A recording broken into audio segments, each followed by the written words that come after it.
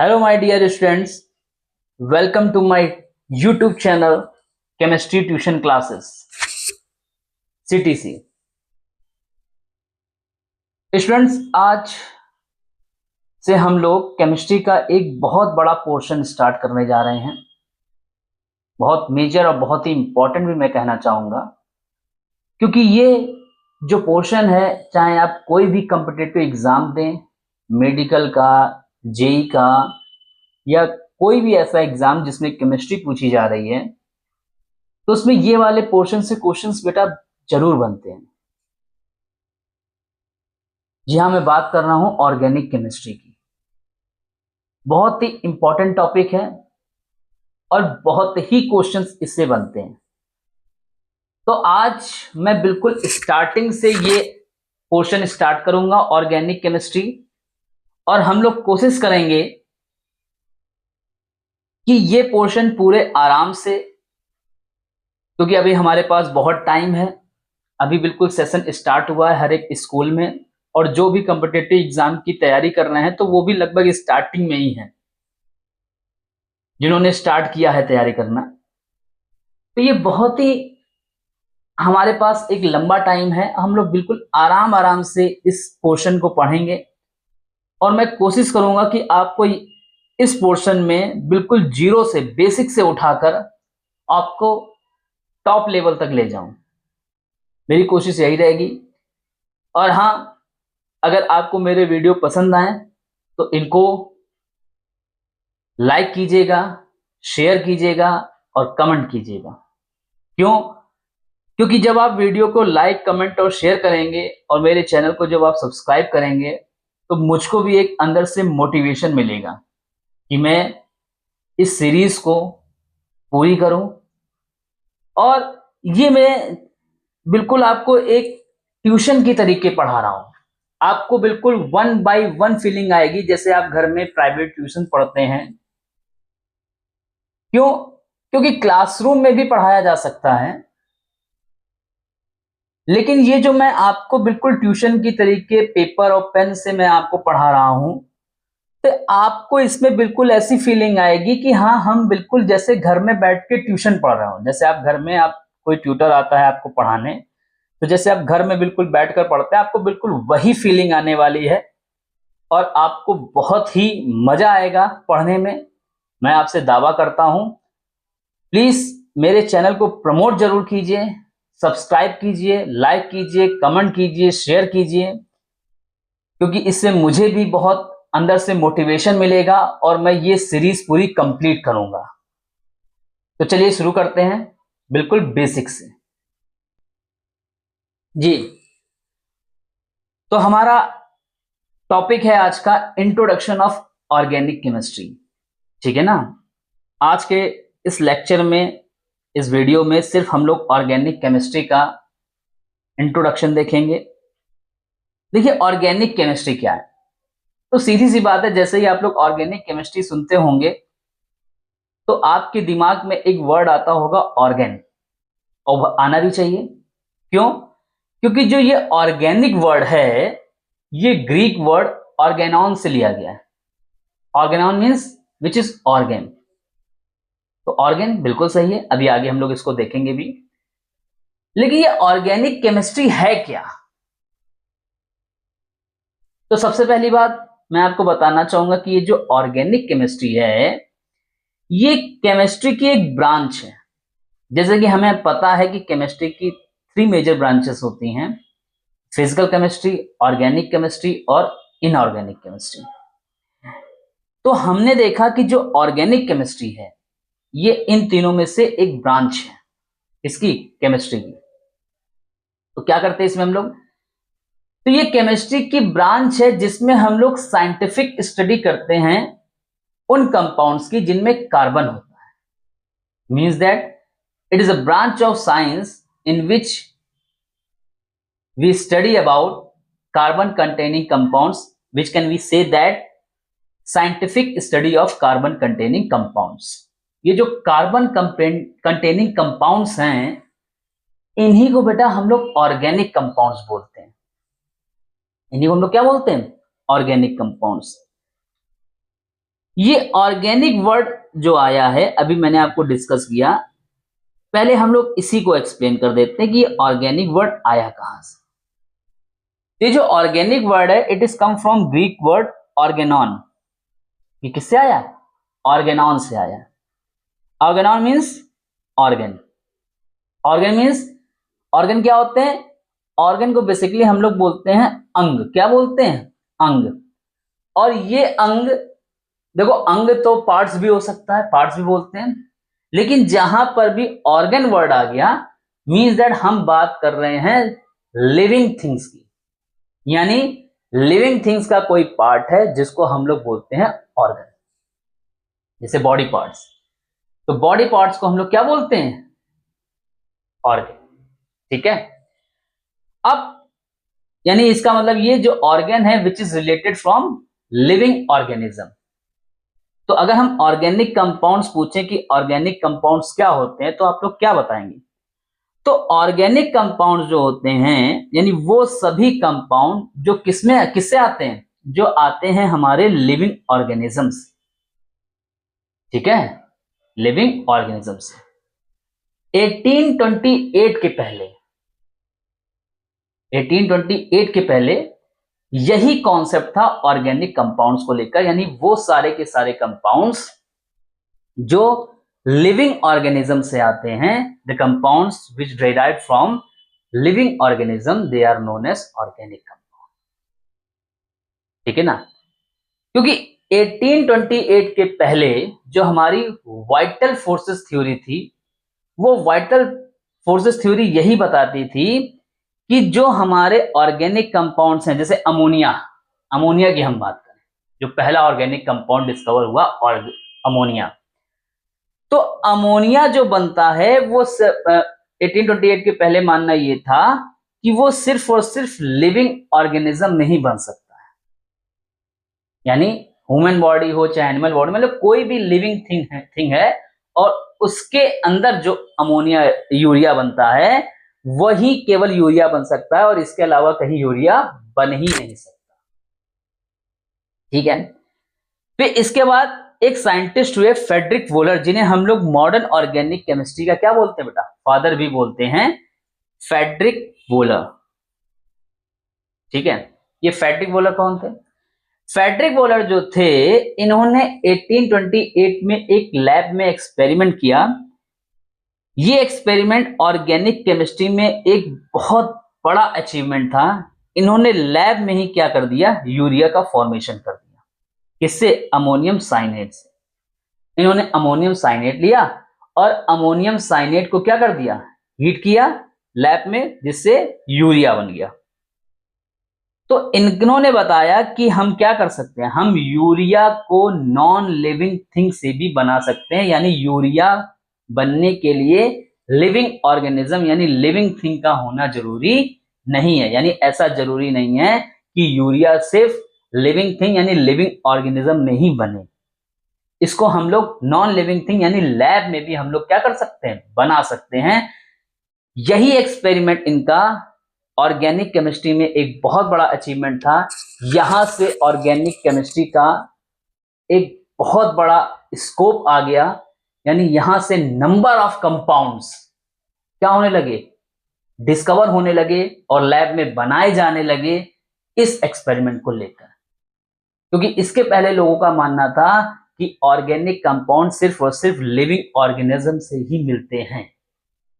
चाहे आपका मिल्क हो, प्लांट्स हो, एनिमल से हो, मीट हो, कुछ भी हो, सब आपको मिलेगा लिविंग ऑर्गेनिज्म से। नॉन लिविंग ऑर्गेनिज्म से आपको कोई भी ऑर्गेनिक कंपाउंड नहीं मिल सकता। ऐसा 1828 के पहले लोगों का मानना था। लेकिन 1828 के बाद जब ये एक्सपेरिमेंट कंडक्ट किया गया, वहां से लोगों की अंदर एक नया कॉन्फिडेंस आ गया कि नहीं, ऑर्गेनिक कंपाउंड को लैब में भी बनाया जा सकता है। जरूरी नहीं है कि हम लिविंग ऑर्गेनिज्म में ही डिपेंड रहें ऑर्गेनिक कंपाउंड के फॉर्मेशन के लिए या ऑर्गेनिक कंपाउंड्स को ऑब्टेन करने के लिए। ठीक है। ये जो ऑर्गेनिक वर्ड है, ये जो ऑर्गेनिक वर्ड है, ये दिया था बेटा बर्जीलियस ने। ठीक है, जो कि वोलर के क्या थे, गुरु थे, टीचर थे। तो ये जो ऑर्गेनिक वर्ड आया ये बर्जिलियस से आया, ठीक है ना, जो इन्होंने लिया था ग्रीक वर्ड ऑर्गेनॉन से। ठीक, यहां तक हम लोगों ने हिस्ट्री देखी ऑर्गेनिक केमिस्ट्री की, कि ऑर्गेनिक केमिस्ट्री क्या होती, कहां से आई, कैसे कैसे इसमें हम लोग ने अचीवमेंट किए। अब एक चीज यहां पर ये आती है कि ठीक है ऑर्गेनिक कंपाउंड तो समझ में आ गया, लेकिन ऑर्गेनिक कंपाउंड्स को पढ़ने के लिए हमें केमिस्ट्री की एक अलग ब्रांच बनानी पड़े। ऐसी क्या रिक्वायरमेंट थी कि हम ये केमिस्ट्री के अंदर एक जनरल केमिस्ट्री में भी पढ़ सकते थे? ऐसा क्या हुआ कि हमको इसके लिए इनको स्टडी करने के लिए एक अलग से ब्रांच बनानी पड़ी? तो इसका बेटा एक बेस्ट एग्जांपल ये मैं आपको बताऊं, आपने जैसे कार्बन की मैं बात करूं, ठीक है, क्योंकि ऑर्गेनिक कंपाउंड में क्या होगा, कार्बन कार्बन कंटेनिंग कंपाउंड्स होते हैं। तो कार्बन का क्या होता है, कार्बन का अपना एक वर्सटाइल नेचर होता है।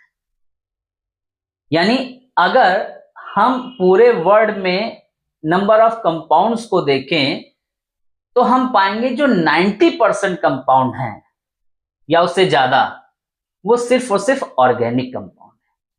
बाकी बचे 10% या उससे कम कंपाउंड जो हैं वो इनऑर्गेनिक है। तो अब हमको इतने यानी 10 मिलियंस से ज्यादा हमें क्या करने, कंपाउंड्स को पढ़ना है।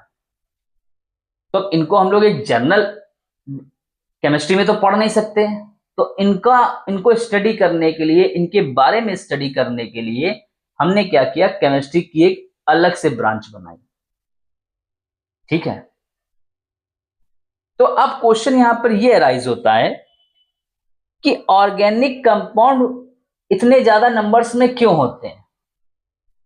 जो अभी मैंने आपको एक डेटा दिया कि अप्रोक्सीमेटली अगर हम 100% कंपाउंड्स पर स्टडी देखते हैं तो हम पाते हैं 90% जो है वो क्या है, ऑर्गेनिक है।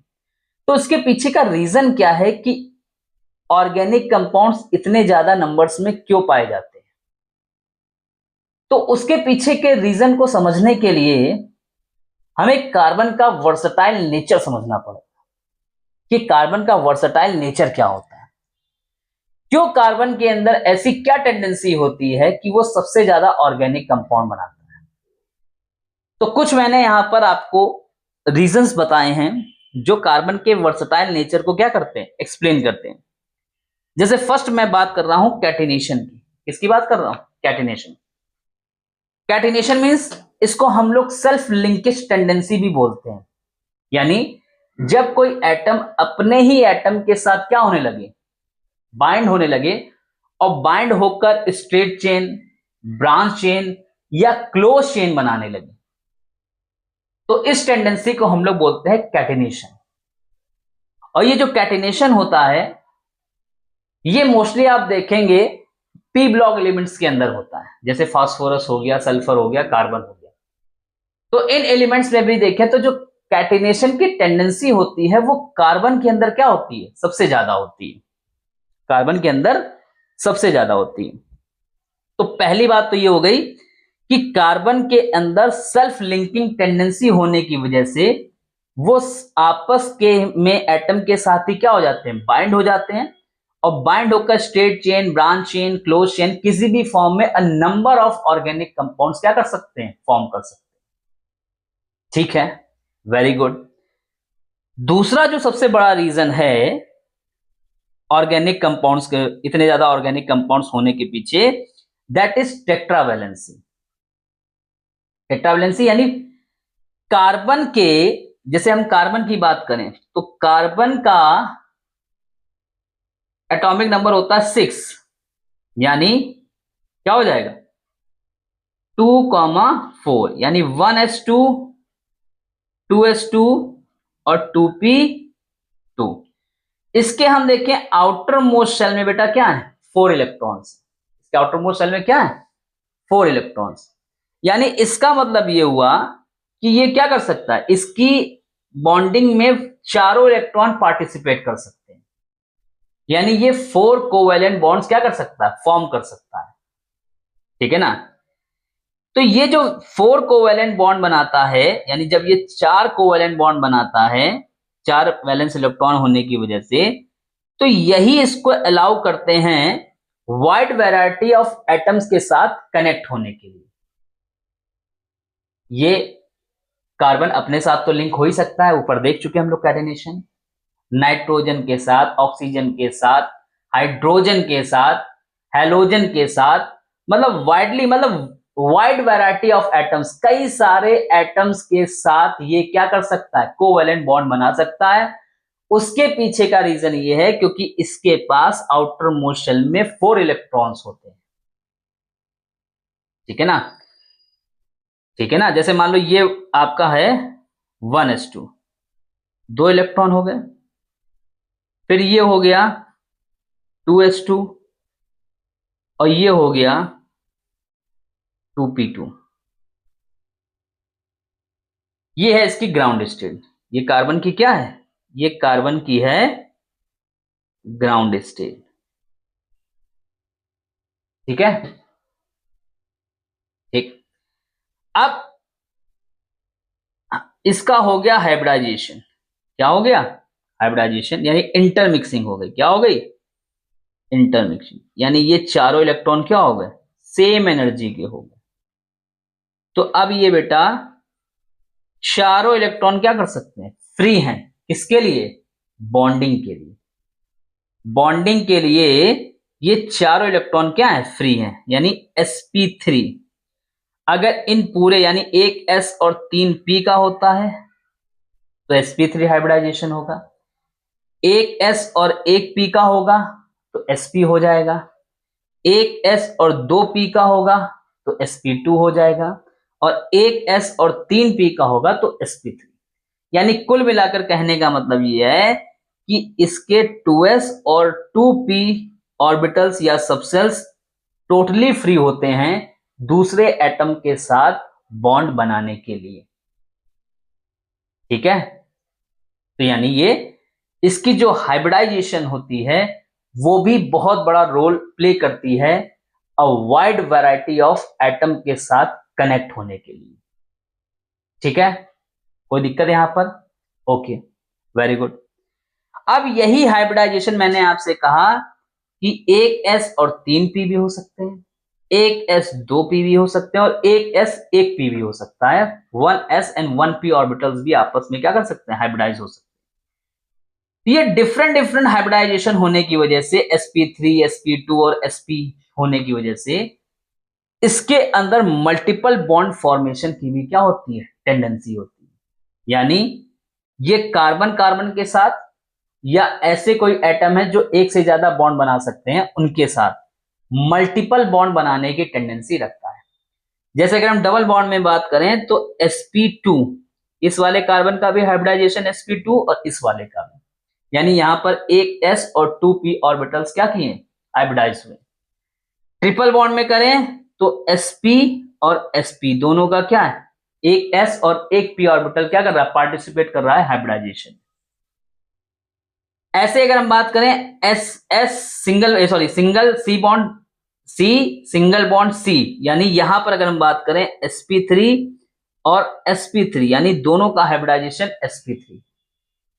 तो कार्बन के अंदर मल्टीपल बॉन्ड फॉर्मेशन की जो टेंडेंसी होती है वो किसकी वजह से होती है, इसके हाइब्रिडाइजेशन की वजह से। क्यों, क्योंकि इसके एक s और तीनों p ऑर्बिटल्स टोटली फ्री होते हैं हाइब्रिडाइज होने के लिए।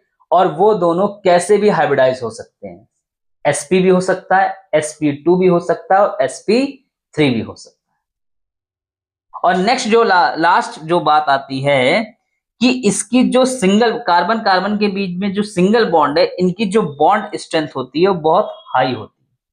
इसलिए ऑर्गेनिक कंपाउंड जब कार्बन कार्बन के बीच में जो बॉन्ड बनता है वो बहुत ज्यादा स्टेबल होता है। क्यों, क्योंकि बॉन्ड स्ट्रेंथ क्या है, बहुत ज्यादा है, इसलिए स्टेबिलिटी भी क्या होगी, बहुत ज्यादा।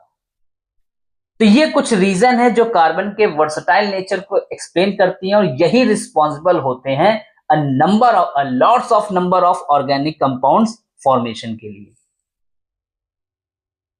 कोई दिक्कत है यहां पर, आई थिंक होनी नहीं चाहिए। मैंने बिल्कुल बेसिक से आपको पूरा इंट्रोडक्शन दिया है। हाँ, एक चीज ध्यान रखना, अगर हम बात करें डायमंड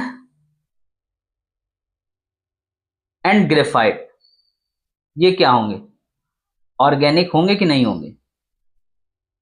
तो ध्यान रखना बेटा, ये ऑर्गेनिक नहीं हो, ये ऑर्गेनिक कंपाउंड नहीं।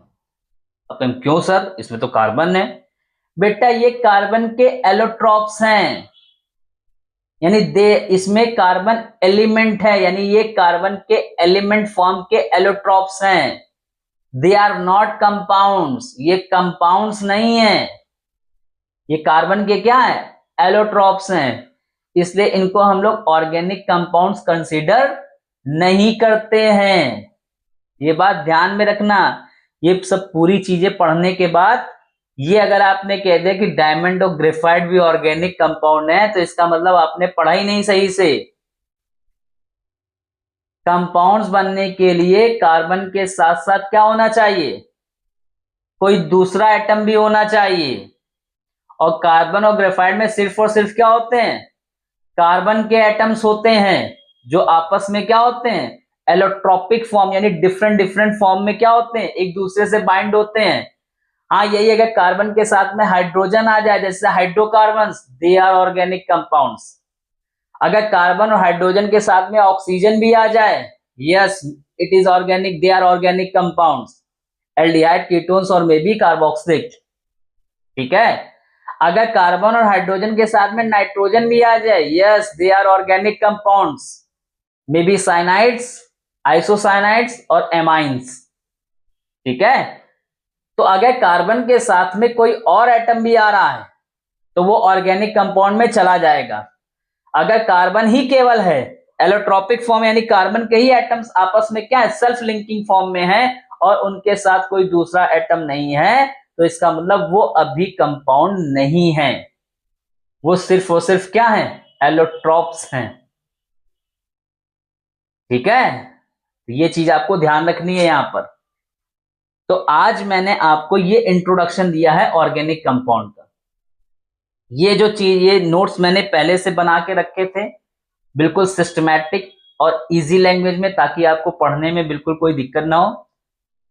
मैं ये नोट्स साथ में अपने व्हाट्सएप चैनल में शेयर भी करता चलूंगा, तो आप मेरे व्हाट्सएप चैनल को भी ज्वाइन कर सकते हैं। आपको फ्री ऑफ कॉस्ट में ये नोट्स भी मिल जाएंगे, जिसको आपको बहुत हेल्प होगी। आप इसकी पीडीएफ निकाल सकते हैं और आराम से आप इसको क्या कर सकते हैं, स्टडी कर सकते हैं। आपको स्टडी मटेरियल भी साथ में मिलता रहेगा, आपको कुछ नोट करने की जरूरत नहीं है, आपको सिर्फ ध्यान से सुनना है। अपने साथ बुक अगर अवेलेबल हो, नहीं एनसीईआरटी तो मेरे ख्याल से सबके ही पास में होगी, आप एनसीईआरटी अपने साथ में रखिए, और जो मैं बता रहा हूं, जो मैं पढ़ा रहा हूं, आप स्क्रीन को ध्यान से देखिए और मेरी बात को ध्यान से सुनिए, आपको बहुत हेल्प होगी।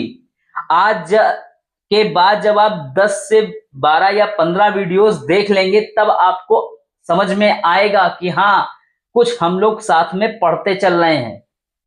तो इसको साथ में पढ़ते चलिए मेरे, और चैनल को प्रमोट जरूर कीजिए, क्योंकि इससे मेरा कॉन्फिडेंस बढ़ेगा और मैं और ज्यादा मेहनत कर पाऊंगा आपके लिए, मैटर सर्च करने में, नोट्स बनाने में और समझाने में। आप लोग अगर मेरे चैनल को सब्सक्राइब करेंगे, लाइक कमेंट और शेयर करेंगे, तो एक मेरे अंदर से मोटिवेशन ये आएगा कि मैं ज्यादा से अच्छे टॉपिक ढूंढ के लाऊं, मैटर ढूंढ के लाऊं और उसको आपके साथ शेयर करूं, ठीक है। तो आज मैं यहीं खत्म करता हूं अपना इंट्रोडक्शन, बाकी हम लोग देखेंगे नेक्स्ट क्लास में।